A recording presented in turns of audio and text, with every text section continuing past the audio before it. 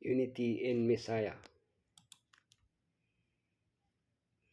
I appeal to you, brothers, with the name of our Lord Yeshua Messiah, that all of you agree, and that there be no divisions among you, but that you be united in the same mind and the same judgment.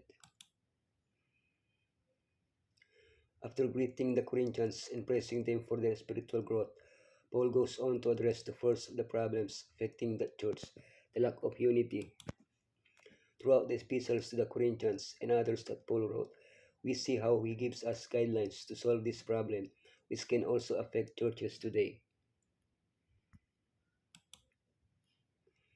One point is clear from the outset: unity in the church cannot be achieved through human effort. Only by focusing on Yeshua can we attain unity. Problems that causes disunity, divisions and contentions. How to maintain unity: unity in Yeshua, wisdom and maturity, service and humility, respect for leaders.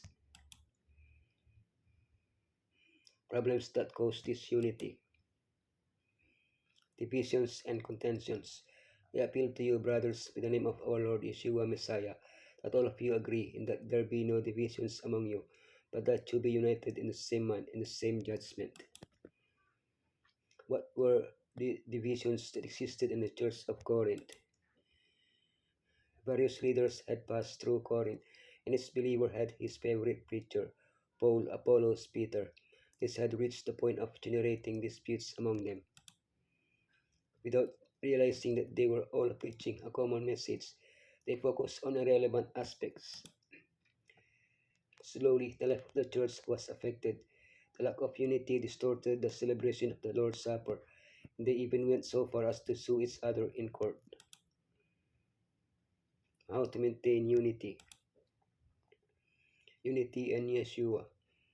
Elohim is faithful, who has called you into fellowship with his Son, Yeshua Messiah our Lord.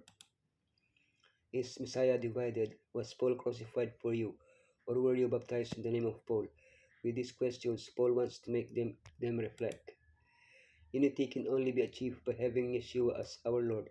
Unity is not achieved by adhering to the thoughts or ideas of a brother or sister, or by forming close groups. But unity in Yeshua is not uniformity. It does not imply that we all think the same about everything, or that we all act in the same way.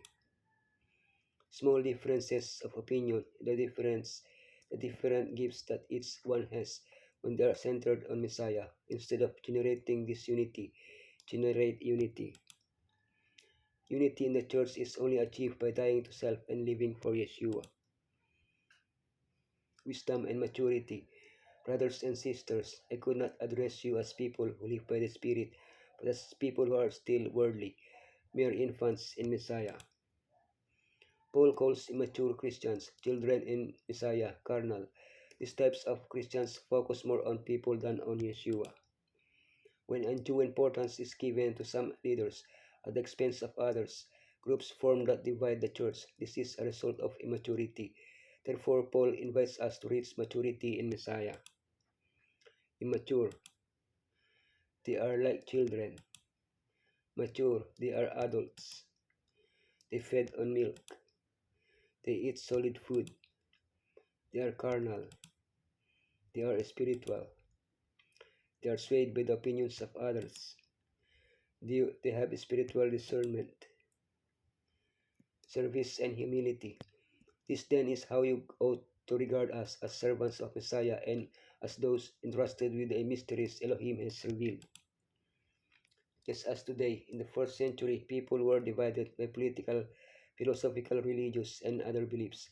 How can we prevent this way of thinking from infiltrating the church and creating division? The leader's attitude plays a significant role. Church leaders must be clear about their roles as stewards. They are not the owners of the church, they simply manage it for Messiah. The leader of the church is Yeshua. All others lead it as servants of Messiah. The servant who administers must behave as his Lord behaves, always willing to humbly give himself into the service of others. What unity would there be in the church if everyone, not just the leaders, but every single member acted this way? Respect for leaders. Now it is required of stewards that they be found faithful. The existence of rivalries and factions surrounding leaders does not mean we should reject them. On the contrary, Paul supported and defended Apollos' ministry and his work in Corinth. When leaders act faithfully, they are worthy of honor. But even when they do not receive that honor, they remain faithful because they know that it is Elohim Himself, not men, who should judge them.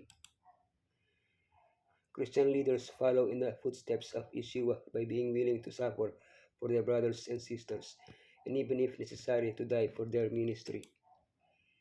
Neither leaders nor members are called to fight or argue with each other, but to unite in praising Yeshua and preaching the message of the cross. Nothing can perfect a perfect unity in the church but the spirit of Messiah-like forbearance. Satan can sow discord. Messiah alone can harmonize these disagreeing elements. When you as individual workers of the church love Elohim supremely and your neighbor as yourself, then there will be no labored efforts to be in unity. There will be oneness in Messiah. The ears to report will be closed. No one will take up a reproach against his neighbor. The members of the church will cherish love and unity and be as one great family.